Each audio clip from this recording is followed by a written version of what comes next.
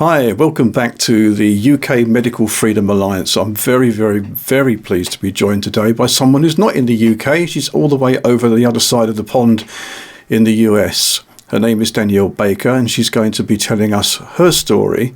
And you might wonder, well, why, as the UK Medical Freedom Alliance, are we speaking to someone in America? Well, the story is so important to tell. That's why. And it is something that will resonate across the UK, and a lot of people have experienced very, very similar issues in the UK, and I think it's going to help us kick those conversations off in a big way. So before I go over to Danielle, let's just very quickly cover what I would call our housekeeping, and that is, please, you'll notice our website address on the screen there, ukmedfreedom.org. Please go there. You can see all of our campaigns, all of our open letters, all the interactions we've had with the governmental departments and the NHS departments, MRHA, RA, etc. You'll also get the opportunity, which is very close to my heart, to donate a little bit of money. I know people are asking you for money all the time, but it does actually help us keep this channel alive.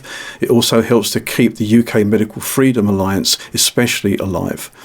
And any bit of money that you can spare really helps. And if it's just buying us a coffee, which you also get the option for there, that would be fantastic. And basically, not all the views that are expressed in these interviews are necessarily the views of the UK Medical Freedom Alliance, but as you can probably guess as we go through, you'll probably find that most of them are. Okay, so without further ado, I'm really pleased now to go over and speak to Danielle. Danielle, thank you so much for joining me. I really appreciate it, for you taking the time. I know things have been difficult for you over the last couple of years or so, but I thought we'd start the interview with just talking about what life was like before all this started to happen. I know you had a job that was dear to you, and a life that was dear to you. Perhaps you could tell us a bit about that, so we can get the contrast between the sort of then and now. Absolutely. So tell me about life in general then. What was life like for you? What sort of person were you? I was always on the go. I was the typical soccer mom, the career woman who adored her job. I didn't think of it as a job. It was my career and my passion. I had just met the love of my life. He was he's been a savior for me. But we met and we actually got married in 2020. We brought together his daughter and my son, and we always felt it important to be active. We were always on the go. We would hike in primitive camp, fish, canoe, always doing something on the weekends. And we were the typical 9-to-5 family. Come home, make dinner, do activities, and I hunted and fished and just cherished the outdoors. And that outdoor life, I mean, it must have been, I mean, it's energetic, isn't it? I mean, so if you're hunting and fishing, then you're walking, climbing all the time. You know, Yeah. And if you're fishing, did you sail and fish, or were you a river fisher? We fished from the bank, but we also had a little boat that we would fish from too. It was important to us to provide meat, I guess, for the family. Knowing where our resources came from was something that we were very proud of, that we were able to go and do that for our so, family. yeah, so connected to nature, and then you're showing the children the same, yeah? So they're learning from you, yeah. Yeah. Yeah. So I it's didn't sound like this before either. My voice, my thoughts, my concentration was all affected. So I right. want to ensure that your audience understands that this isn't my normal. No, I think we get that. Yeah, I mean, and judging by what you're saying, I mean, you were, a young, intelligent human being that was working hard, had a lovely family, and you were a registered nurse. Is that correct? Yeah, I was a registered nurse for 20 years before this happened. Okay, and where were you working at the time when this happened? I had a 17-year career with Ohio's hospice, which is a hospice and a palliative care company. My main focus was taking care of a patient in their home, whether that was at their house, nursing home, or an assisted living.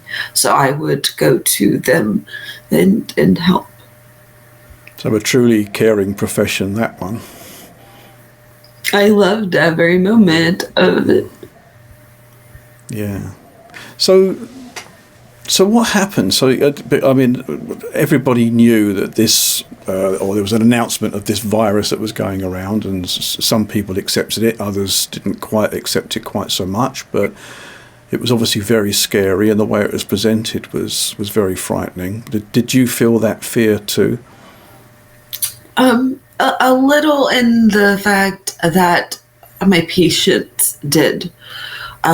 When they started doing the lockdowns, almost immediately after they announced the virus, a lot of my patients were fearful because they were already compromised, and they didn't want their end of life to end even quicker. But that fear quickly was replaced by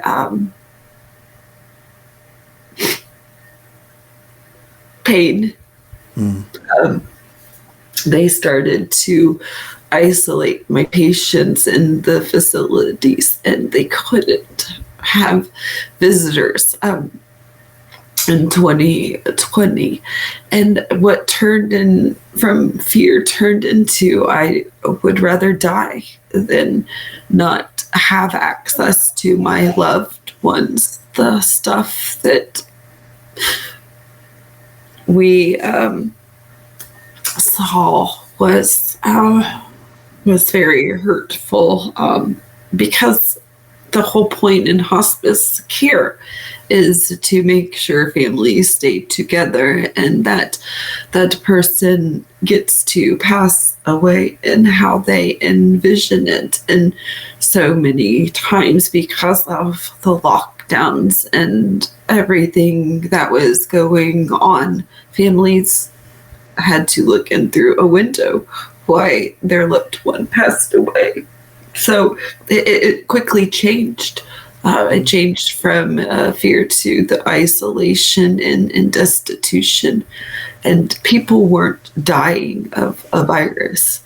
People would come on hospice services with a terminal diagnosis of COVID, and we discharged them.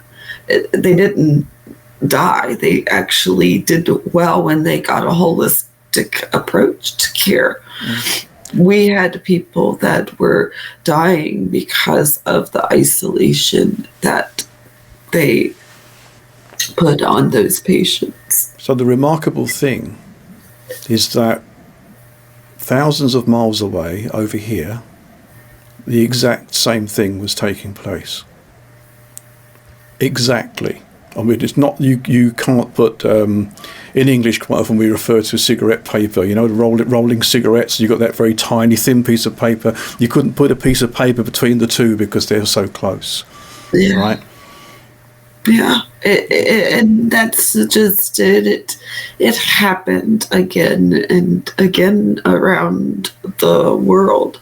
Yeah. So even though we might be separated by the pond, the same things happened here that happened to you guys, and it's horrible what we all had to witness.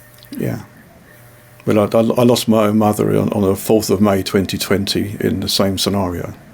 I am so sorry. Yeah, it's and you never get used to it, do you? As you say, because that pain, and you're feeling it now, is clearly hasn't gone away. No, it's one of my good friends, her name is Ashley Krog, she refers to it as moral injury. Yes.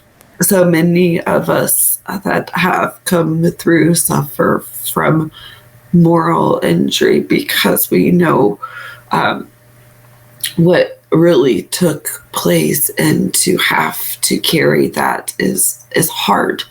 And that's the same for civilians and people that were on the front lines. So did you and your colleagues, when this was happening, I mean, did your colleagues as well also verbalise the same problems to you, and the same feelings and emotions? And oh yeah, we actually started our own support group for each other because of the stuff that we were watching and witnessing. It hurt all of us to that extent. And we're used to witnessing some pretty bad things and deaths, but when people look you in the eye and they tell you, I would just rather die than deal with not being able to be around my loved one, when that's what you work for, it kills you a little time every time you hear it. Yeah. So that in itself was tragedy enough for you to bear, for you to go through, and your friends to go through. But then, and I have been a bit cheeky. I took a screenshot of the email that you had on your Substack. I mean, you go right ahead. And I think this is this would have been the start, I guess, of your major problems.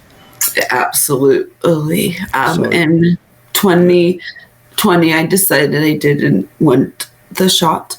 I just felt it was too rushed. I actually had COVID in 2020, and so I had my own immunity, and I felt that it just wasn't for me, so I had made that decision. And then of course came down the mandates came flying down the road, to kind of set up the tone of that email. My Ohio's hospice, my employer at the time, had been sending emails after emails talking about the effectiveness and the shot and how we should get it, and they weren't getting the compliance that they had hoped.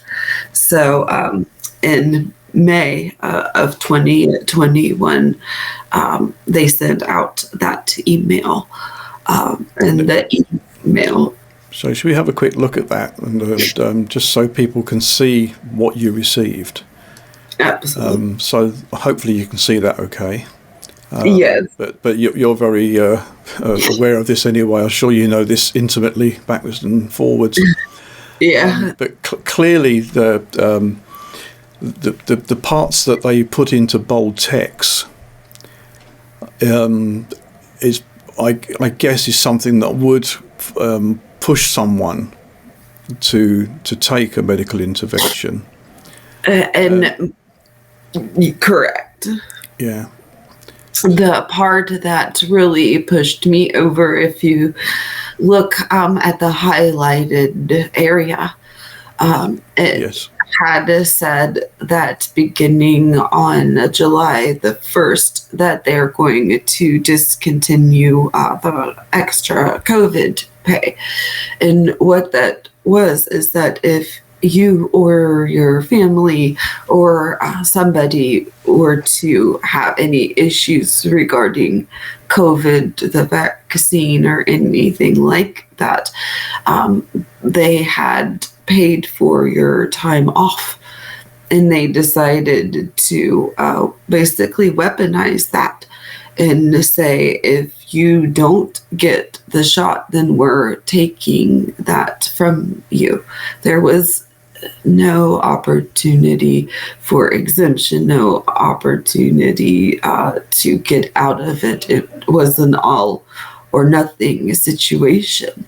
And I had utilized that benefit the year before when I had gotten COVID, when my family had to stay home. It helped to pay me and to keep my career.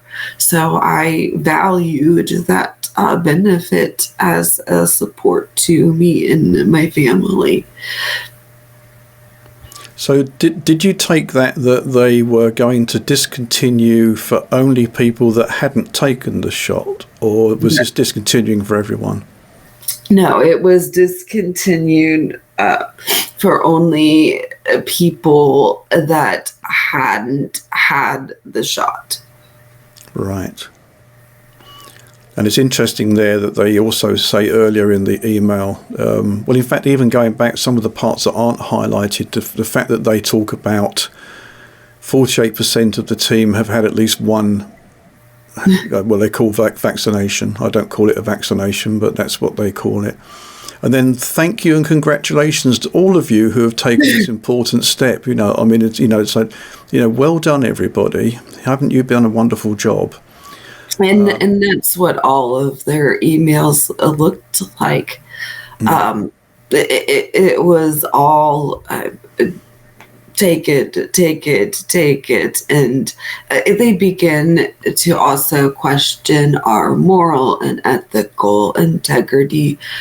They would segregate us. Their goal was 90% of the team to have the shot, but that 90% was also the percentage at which they got kickback for having that number vaccinated. Yeah, and they also talk about 75% of the population must have immunity, but they haven't considered your natural immunity, which would have been afforded to you by you having the illness in the first place. Exactly. They didn't think about any of that. And we also knew that the mandates were going to be coming out at the end of July. So the whole situation, all of the things combined, played into my getting the shot. But this particular email was what really pushed me over the edge to get it. Well, before I come off this screen, I mean, the last 3 lines of that email as well are very telling. If we meet this goal of 100% of medically eligible staff being vaccinated, we will pay out a $100 bonus to all staff. Also, it doesn't say that in this one, but they actually raised the stakes. They started to do $5,000 a week drawings, and they were giving away up to $20,000 in drawings if they got the percentage vaccinated that they wanted. Wow. It's unbelievable, isn't it? So as a result, you decide then to go ahead, take a shot so that you can continue to work, continue to have the protections they were offering. I guess that's the situation, is it? Yes, that's exactly what happened. I needed my career. I knew mandates were coming, and I thought if I was going to have to get it, I felt I had a safety net at that point to take it. And so if something did happen, then I would have a backup. And obviously, that isn't what happened, but that is why I decided to move forward. Okay, so I think it's really important to understand then what that process was in terms of you getting that shot, because our organisation is all about informed consent. Okay, now when we start talking about informed consent, the information has to be very, very clear, very concise, so that everyone can understand it. So it's written in easy to understand language, and also that any possible side effects are highlighted, and that you understand what those side effects may be. Did they go through any of that process with you? Absolutely not. It was a paper and you sign it, and that was it. And what was on the paper? Was there any information on there to that purpose, to warn you about side effects? No, it was the questions about your history, if you had taken the shot before, or any, I think, immune illnesses, maybe. It was just a standard paper, and I gathered when I looked at that, it really didn't matter what you put on it. They were going to give it to you anyway. Okay, so they were just covering their behinds, basically, and making sure you sign and tick a box to say that you're willing to have the shot. That's exactly what it was, as far as I was concerned, because there was no going over what potential side effects there were, because they didn't, they knew, they just hid it. But it wasn't something that was an informed consent situation. And did they explain the fact that it was under emergency use authorization? Absolutely not. And were you aware of that before, or just through your own contacts on your and your own information, or through the news desks or whatever? I knew that, but I honestly didn't know what that meant. Mm-hmm. I had decided not to take it, so I didn't follow it that closely. At the time that I took it, I did know there was a lot of stuff in the mainstream news about Pfizer gaining something in August. And that was a big deal, because that seemed to be when all of the people or organizations around me decided that was going to be the mandated date, is when Pfizer was magically given their pass, I guess, for lack of a better word. Right. Yeah. So where did you actually have the shot? Was it actually in your own hospice, or did you go somewhere to a centre? I actually had it done at a little clinic down the road from hospice and around the corner from me. I was encouraged to get it while working, and so my first one I took when I was working. I was scheduled to get the second one during working hours, but I ended up too busy to get it, so I followed through with it the next day, thinking I was saving the company money by taking it right before a weekend, so I didn't have to take days off like Others did in the middle of the week in case I had a reaction. So when you said the next day, so you had shot 1 on one day and shot 2 the next? So I had shot 1 on Friday, June the 4th. Yeah. And then I was scheduled for Friday, June the 25th. Okay. But on that 25th, I ended up too busy at work. So I got it on the 26th instead of okay. 25th. Right. So there was a period of time between the 2 shots. Yes. And you had just the 2. You didn't have a third. Oh gosh, no. Right. So I guess after the first one, you didn't have any reactions? I actually did, but I didn't realize it at the time. About two and a half weeks after my first one, I was in the emergency room with severe back pain. Okay. And that will mean more as I tell the second part of my story. I was dismissed from the emergency room with what they thought was a pulled muscle. Wow. Okay. Well, given painkillers or something, were you, or some, yeah? Yeah, they did muscle relaxants or something. Yeah. Yes, and it cleared pretty quickly, so I accepted that's what it was. I had no reason otherwise to think it was more sinister than what it appeared.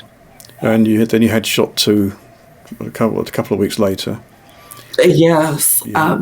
And the people that were administering these shots, just before we go on to what actually happened to you, were they trained nurses, doctors, or were they something else? Because I know in the UK we've had all sorts of people employed to deliver these shots. So I just wondered who was doing yours.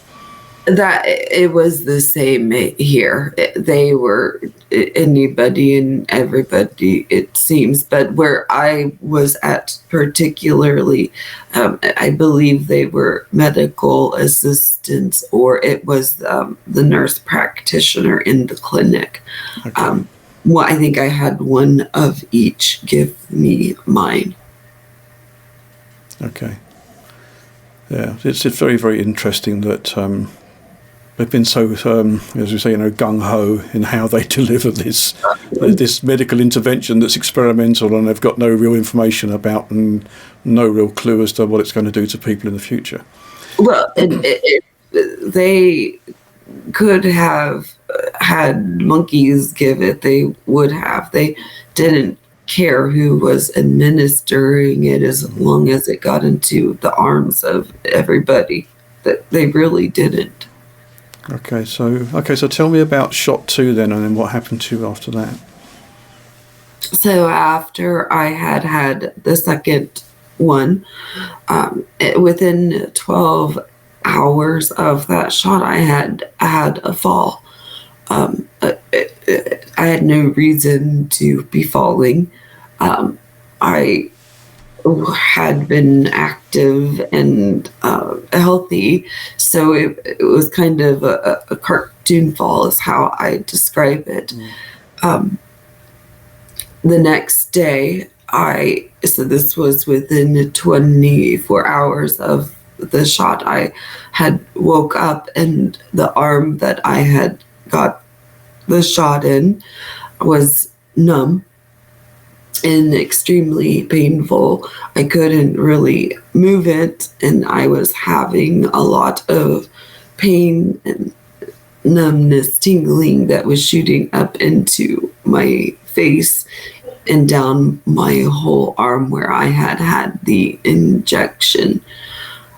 My husband is an occupational therapist, and he looked at it and wanted me to give it a little time to see if I had slept on it wrong or something to that effect. So we let it marinate through the day, but it just got worse. It was at that point that I wondered if they put the shot into the wrong area. When they gave it to me, did they hit a nerve? Did they do something that caused my numbness and tingling and weakness in my arm? It didn't get better over the course of the day, so he did take me to the emergency room that the day after my shot to be looked at. The first thing, or one of the first things that we asked the emergency room physician is if this could be related to the shot, and not in the way that it ended up being related, but in the manner of they hit something wasn't right. I got a no. I was sent for an x-ray and dismissed all within 30 minutes of arriving at the emergency room, and we had absolutely no answers. But the symptoms were still persistent when you left? They were getting worse. We spent the next week going to different doctors' clinics, emergency rooms, and we did find out that I had a separation in my joint up here. But the orthopedic doctor said that my symptoms didn't match the separation. So my symptoms and what I was experiencing was a lot worse than it should have been for that injury. So we were going on the assumption that it was the separation in my shoulder that was causing the problems. It was put down to the fall that you'd had? Yes.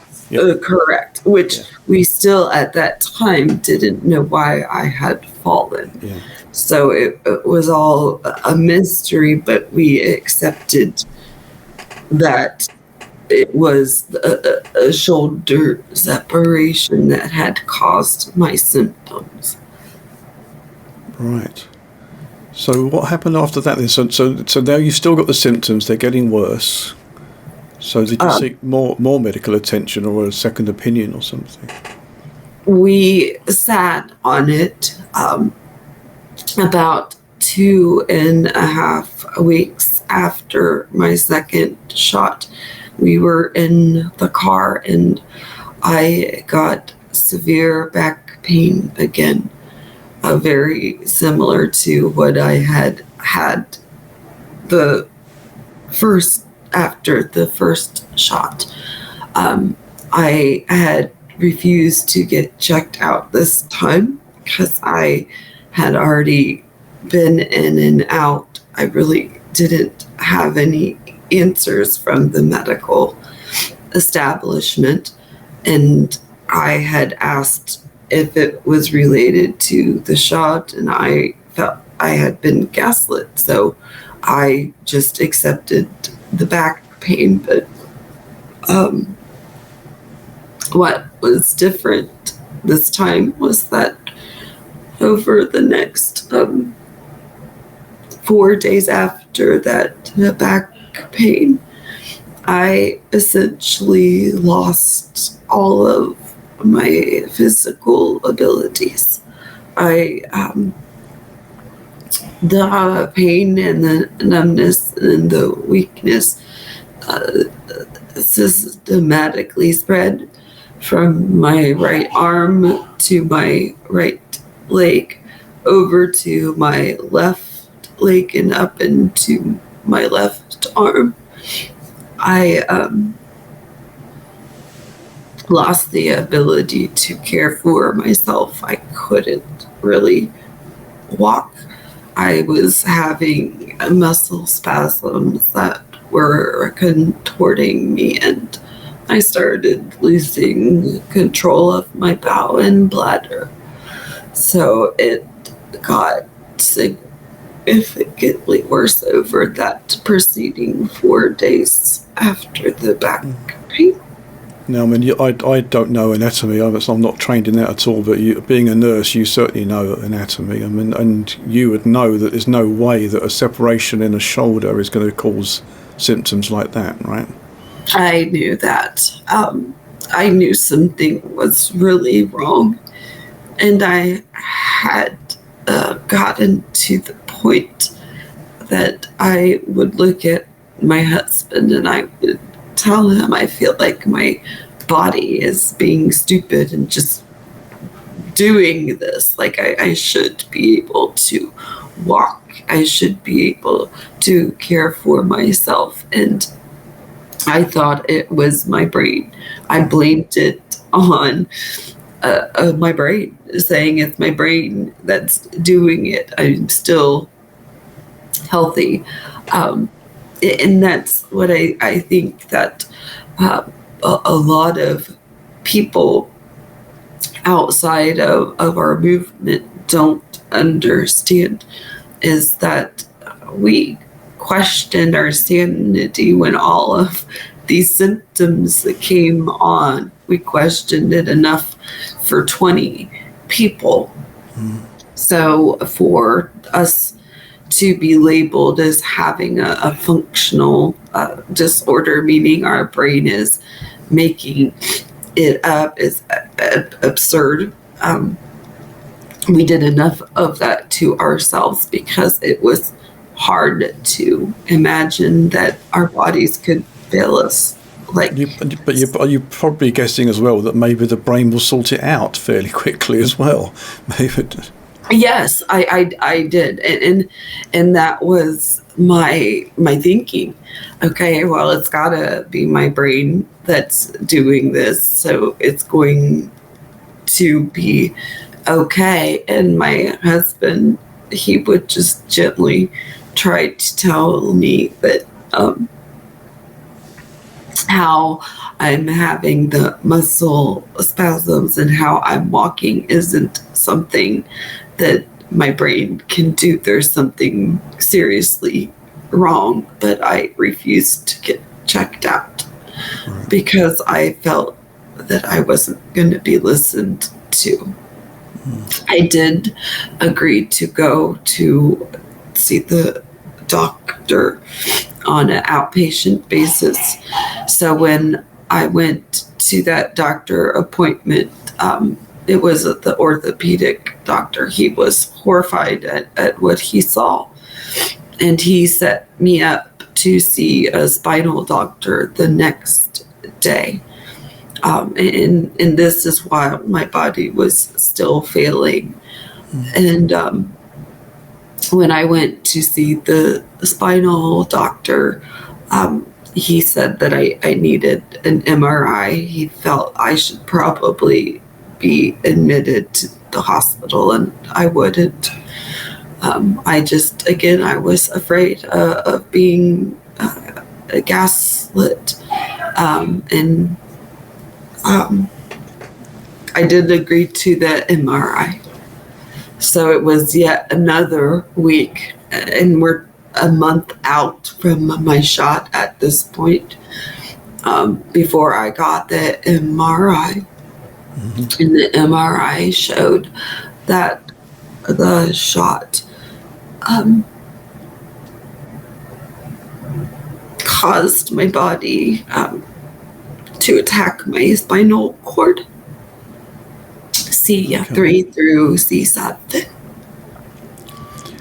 So, I mean, are you able to expand on that at all in the sense of, was this a spike protein kind of issue where it's gone into your spine and then the body's attacked it? Is that what's happened, or something similar to that? So it's an immune response. Yeah, the shot, it's supposed to create immunity, but it created my body to attack itself. My body thought that where the proteins or the shot was in my spinal cord, it thought that it was invading it. And so my body then decided to mount an attack on my spinal cord. And it ate away the covering of the spinal cord. It's very close to MS, multiple sclerosis, or ALS, Lou Gehrig's disease. It's similar in nature to those. The coating on your spinal cord that helps to relay messages, it gets eaten away. And so therefore you can't send signals from your brain to your body. So the spinal column and spinal cord are confused. They don't know what to do. They're not getting your brain instructions.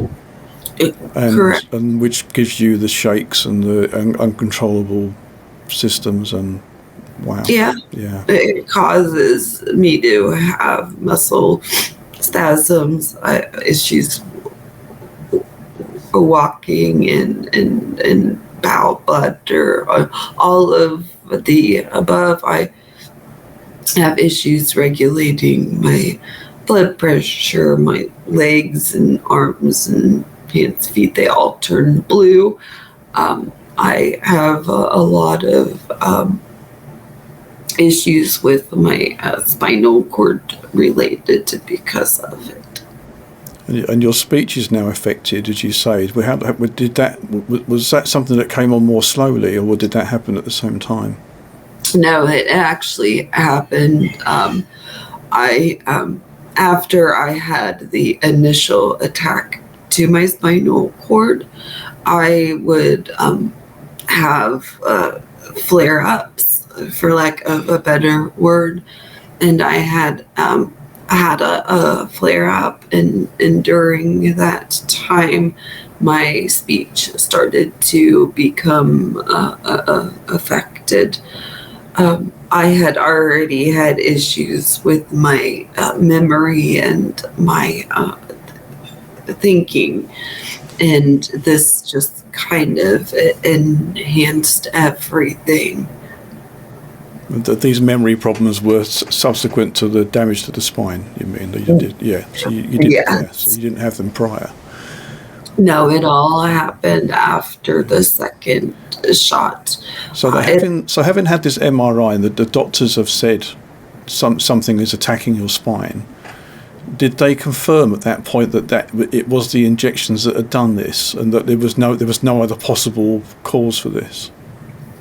So they, I did end up getting admitted to the hospital. I agreed after I had solid evidence it wasn't just my brain playing tricks on me. And so they did a bunch of testing in the hospital. And so they were solid that it was the shot that caused my issues, but they did want to rule out a couple more things on an outpatient basis. So I got a stamp of approval on my diagnosis in about October of 2021. Okay. And they said, and this is my regular neurologist, said that it was caused by the COVID vaccination. I had unknown long COVID that lowered my immune system, and then the shot is what sent my immune system over the edge and caused it to start attacking my body. Okay. So you're now at a point where you're satisfied is totally the wrong word, but I guess you're satisfied that the shots have caused the problem. Yeah. And now you have these problems to deal with. Did they come up with with protocols of ways of treating this, or ways to make, to give you life improvements? When I was in the hospital, I had stopped progressing, meaning I had stopped getting worse. It attacked my body, and then it stopped after 4 days. And because of that, there wasn't anything that they could do, according to them. I had missed my window of opportunity. So they couldn't do steroids, they couldn't do plasma exchange. And I was basically stuck. There wasn't anything that they could offer me to improve my quality of life, treatment-wise. And has anything improved since then, just by your own efforts, or are you still really in the same situation as you were when you left the hospital? I did have some improvement. If I was, let's say, at 100% sick, I'm probably about 80% sick. So I have now a lifetime disability, and they don't expect it to get better. They expect that this is going to be how I will be for the rest of my life.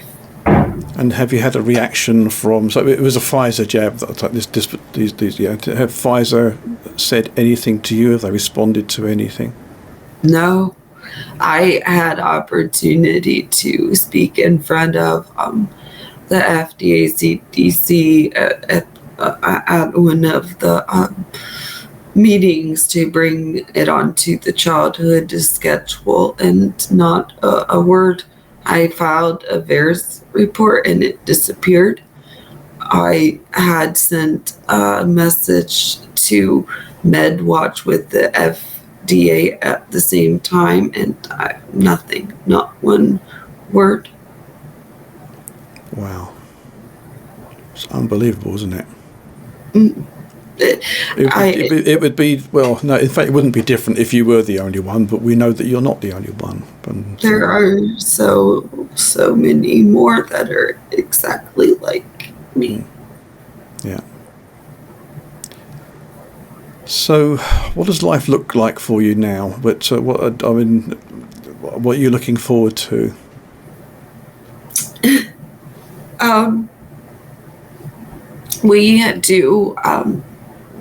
We brought a case against my former employer. I was hospice, a workers' compensation case.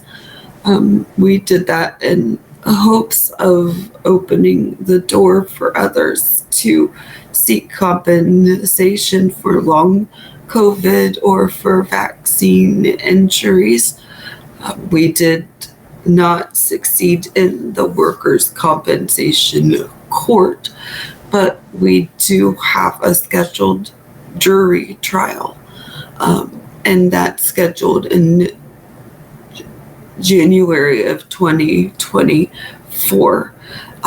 Our hope is to open the doors for others here in the States and around the world to have a way to seek justice and get some type of support for their injuries that they received.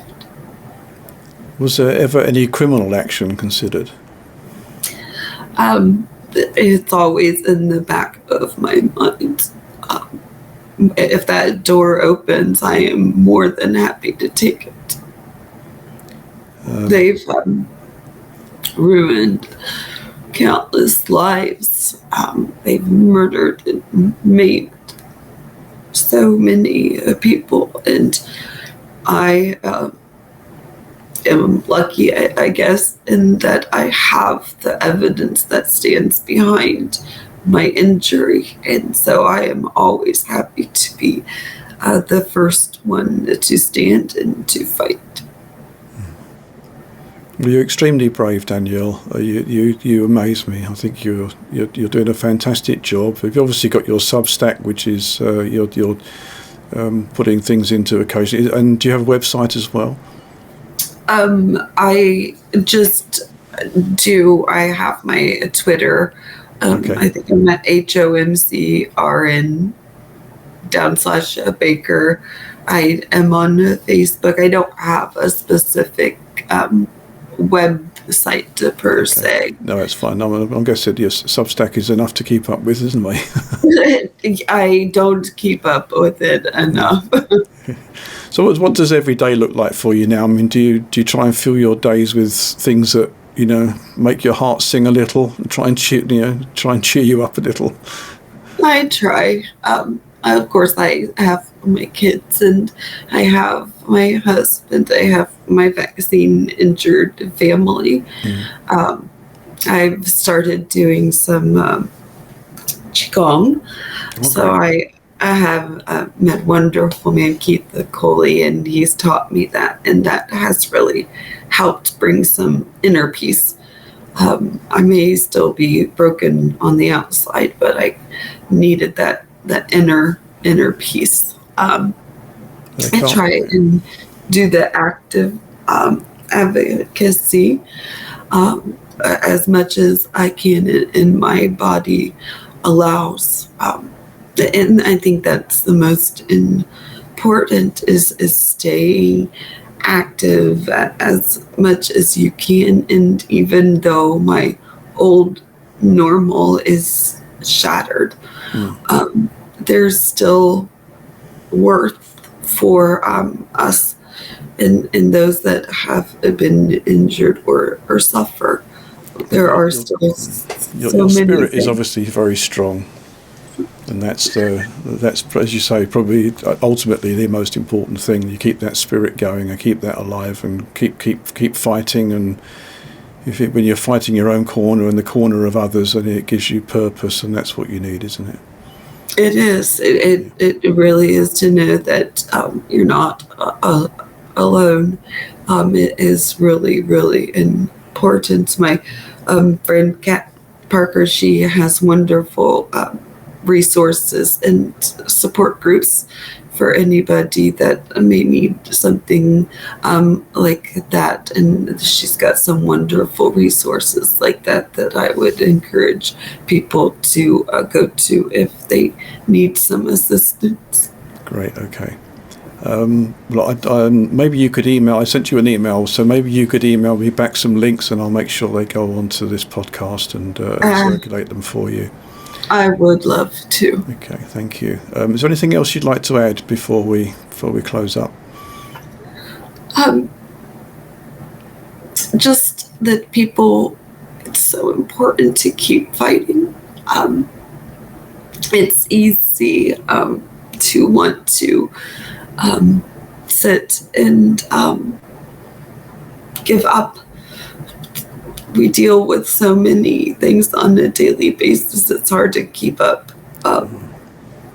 But there are a lot of people that need help and support, and even though life isn't how we imagined it to be, there are wonderful organizations such like yours that you can join and help in other capacities.